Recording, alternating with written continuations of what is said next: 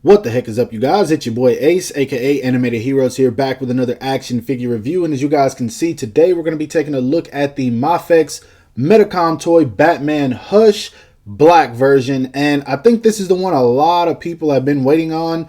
Most of the people who skipped out on the blue one. So that being said, let's go ahead and take a look at this sexy packaging so we can bust this figure out and see what he's all about. Now for the sexy packaging, it's not exactly black. It's more of like a brownish color around here. It says Batman Hush right here. This dope image of him where he's holding on to his cape.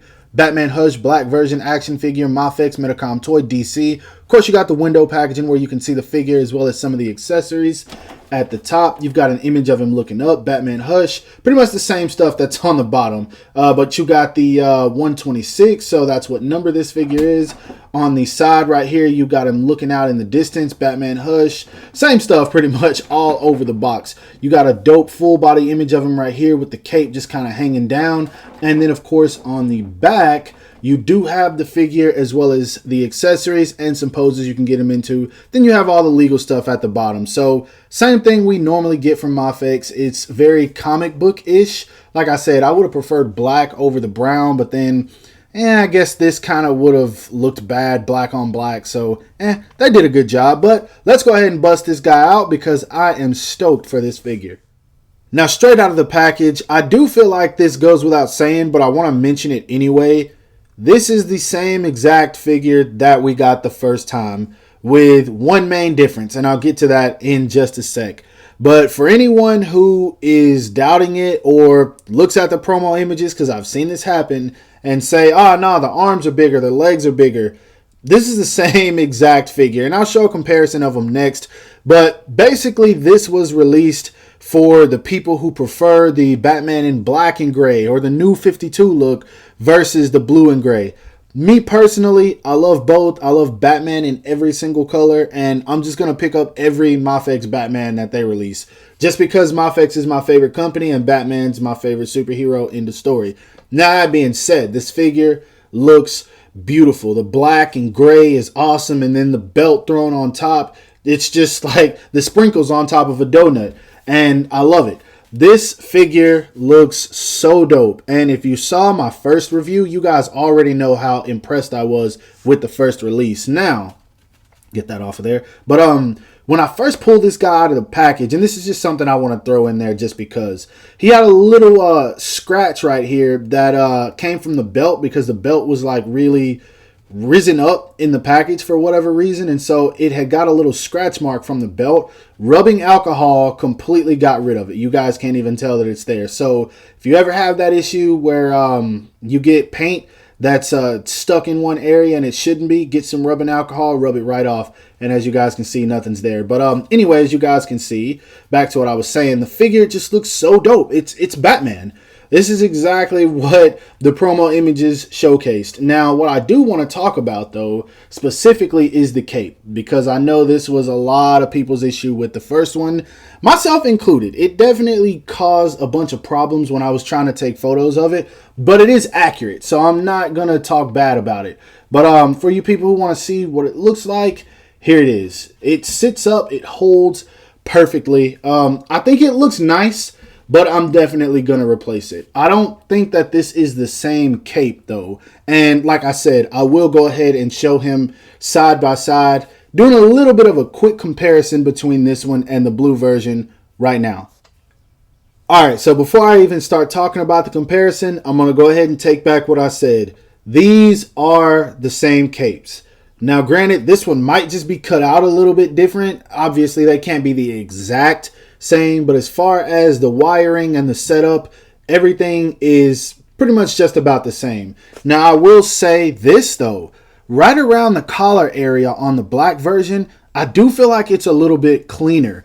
With this one, as much as I tried to defend it, calling it accurate, I gotta point out where the problems are. It did have a lot of problems. Some people were saying that it was coming out on them. Some people had to glue it back in. The wires were sticking out of the cape. Now, I'm not gonna say that's not gonna happen with this guy, but I do feel like they did a little bit better in cleaning this one up around the collar. Now, also, one other difference between these two, and I'm sure you guys have already noticed it, the grays are completely different. This one has that more comic book cartoonish look, while this one has more of a realistic look to an extent. Now, I feel like it would have been cool to get this gray with this figure because the blue would have made it pop a little bit more, or the gray would have made the blue pop rather. Just that's a personal thing, but either way, both of them are fine. Both of them look really dope. I'm happy with it, but this is what I like the most. The belt. This belt was done kind of sloppy. Like, I don't know if you guys can see it right now. Actually, I'll just bring the figure in. Like, right around here and like on the pouches, the belt was a little bit sloppy. That was an issue a few people had on the first one, and it's supposed to be a solid color, so it's not like they had any real reason for that. But this one looks dope. This looks like cheese, but I like it. It's really dope. And the last thing I want to discuss about the difference between the two of these is that they really upped the joints. Like, this one was real knock knee. I would try to stand him up. The knees would bend. This one, I don't have that problem. He stands perfect. So while they're completely the same, at the same time, they have subtle differences that make this one worth the purchase. Also, if you're a fan of black and gray, this one should be automatic. But both of them, great figures. I love both of these. They look amazing next to one another. Now, anyway, let's go ahead and get on to that height comparison. I don't even know why I said height comparison. I meant to just say height, but you guys know what I'm talking about. Y'all know my routine. But anyway, as you guys can see, to the top of his bat ears, he stands right at 6.5 inches. And without the ears, he's about 6.25. So, great size. Once again, it's the same size as the other, so you guys already know he's going to fit in scale with all of your DC figures that are 6-inch. And if you don't, I will be doing actual size comparisons towards the end of the video. Now, since we've already seen this figure before, everything else I'm pretty much going to run through quickly. As you guys can see, he looks up about that much, which is really good. Depending on the angle, there will be some gapping in there, so make sure you angle that properly if you're taking photos. He looks down until the chin touches the chest, so that's perfect. He gets tilt out of his head, and this is something I was going to show later, but it popped off. But yeah, if you want to attach the Bruce Wayne head that came with the original blue version, which that's probably why they didn't include it to make you get the blue one, it will go on here, and I'll show that a little bit later.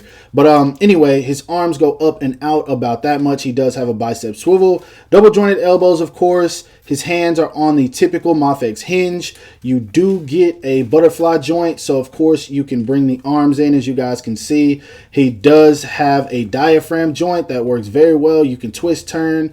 Let's see here. Move that back. Goes forward about that much, back about that much. You get even more if you bend him at the waist. You can slightly turn him at the waist, but watch the belt when you're doing that because you don't want those scuff marks like I got. But yes, you can turn him at the waist.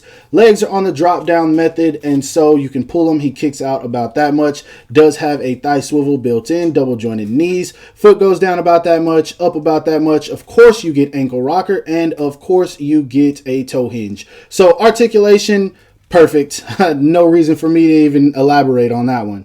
Moving right along to his accessories, 90% of these are the same ones that you get with the first figure, so I'm going to run through these pretty quick as well. You do get his default stern, I'm about to beat you up look with a pair of fist hands. You get a teeth gritted face, which I feel like this is all they know to give us with Batman figures just because he's not very expressive. You do get two different kinds of batarangs. One of the standard smaller kind, and then you get one that looks more like a boomerang. As far as hands go, you get a pair of reaching, grabbing type hands, and that's not focusing. Hold on. I don't know why I don't want to do that. There we go. You get the Batarang claw hands. So in case he wants to take on some ninjas or anything like that, you get a pair of just more relaxed or stylish type hands. These are pretty good for when he just has his hands down by his side, but he's not about to whoop somebody. You get a pair of Batarang holding hands, and you can actually slip them between the fingers. You do get two of each Batarang. I don't know if I said that or not, but yeah. You get a pair of cape holding hands. As you guys can see, there's a little bit of gap between the index finger and the thumb, so that's what that's for when he's holding onto his cape. You do get two grappling hook hands. And as you guys can see, these are not removable. And if you don't already know, he comes with 2 grappling effects. You get one where you just kind of plug this in there. And that's for when he's getting ready to launch it. As you guys can see, it's not going anywhere. So still dope that they included that. And then you do get a longer one, which this is the pretty dope one. I really like this. And it's metal, so it does not bend at all unless you break it. And once again, it goes right in there, and that looks dope. So as far as accessory go, I mean, it's cool. But you do get one other that I think might make some people feel like this figure is worth the pickup, if the fact that it's black and gray doesn't already. And that would be this little stand or gargoyle, whatever it is. It's sculpted really nice. The paintwork on it is dope. I don't know, man. Just, I saw some people take photos of this and they made it look so dope. And I don't know, it's kind of underwhelming in hand. It's cool that they added it. It's definitely something new for us when it comes to getting stands. But I don't know. I see this probably in a couple of pictures and then people are going to put it down the same way they do other stands. Now, not that this means anything, and I'm sure they probably didn't even think about this when they made it, but it is in the shape of a Superman logo. Now for some size comparisons, here he is standing next to the Mafex Dark Knight Returns Batman, which is probably their best Batman figure to date. We do have the blue version to the Mafex Hush, and then, I don't know, this is a DC Collectibles that I picked up at a con somewhere. I don't know why, but looking at these 2 Batman figures next to each other, I just started singing the song Hush Hush. If you guys haven't heard Hush Hush by Asher Monroe, go check that song out. Hush Hush, Asher Monroe. That song is fire. Now it's stuck in my head. Next up, here he is standing next to an SH Figure Arts Sand Raised on Earth Goku, a SH Figure Arts Mark IV War Machine, and the Marvel Legends Red Ninja from the Into the Spider-Verse wave. Lastly, here he is standing next to a Storm Collectibles Injustice Bane, a Mezco KG Beast, and of course the Revoltech Ami Ami exclusive Harley Quinn. Now, if it does bother you with how tall Bane is, I don't know, just consider it like the assistant from the Powerpuff Girls who was way taller than the mayor. We never saw her head, but it always worked for us. And I'm not even gonna lie, I almost forgot this, but I know how a lot of people would have been in the comment section if I did forget it. So here is the head swap. As you guys can see, it stays on perfectly, not going anywhere. So yes, this head sculpt does fit. Now, if you saw my review of the blue version, then you guys really should already know exactly how I feel about this figure. Granted, I do like this one better because of the fact that it is black and gray. That is my all-time favorite color combination on a Batman figure, period. Like, I just love the look of this. That being said, though, the fact that it's still the same figure, I can't increase my hype for it just because there's a bit of a difference in the colors, or a big difference in the colors, rather.